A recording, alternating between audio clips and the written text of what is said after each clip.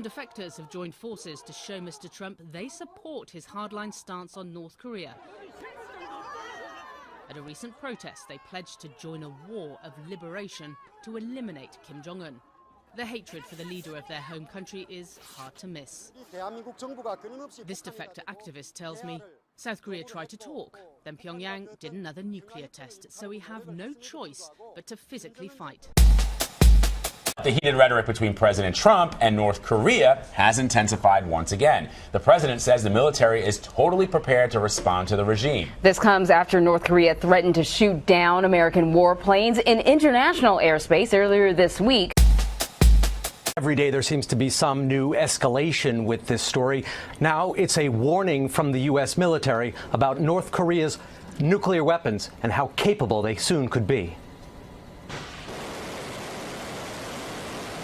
North Korea, which has already tested long-range missiles and powerful nuclear bombs, could combine them to make a weapon that could strike the continental United States soon, according to the military's top brass. Whether it's 3 months or 6 months or 18 months, it is soon.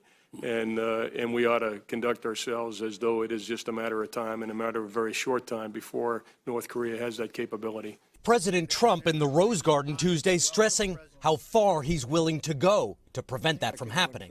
We are totally prepared for the second option, not a preferred option. But if we take that option, it will be devastating. I can tell you that, devastating for North Korea. That's called the military option.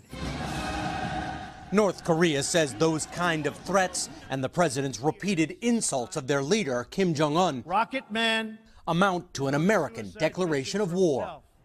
The administration insists it hasn't done that, but it is upping the ante, gathering more intelligence about North Korea and increasing its missile defense systems.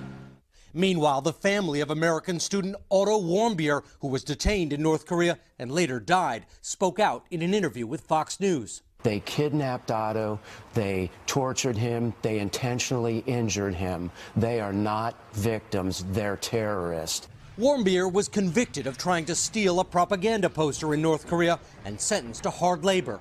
His parents said when the North Koreans finally handed their son back to the U.S. last spring, he was on death's door. He was blind, he was deaf. As we looked at him and tried to comfort him, it looked like someone had taken a pair of pliers and rearranged his bottom teeth. North Korea has said Warmbier became ill while in custody and that he was released on humanitarian grounds. Warmbier's parents say when they first saw their son, he was shaking violently, that he had a feeding tube in. They are calling on the Trump administration to put North Korea on the list of state sponsors of terrorism.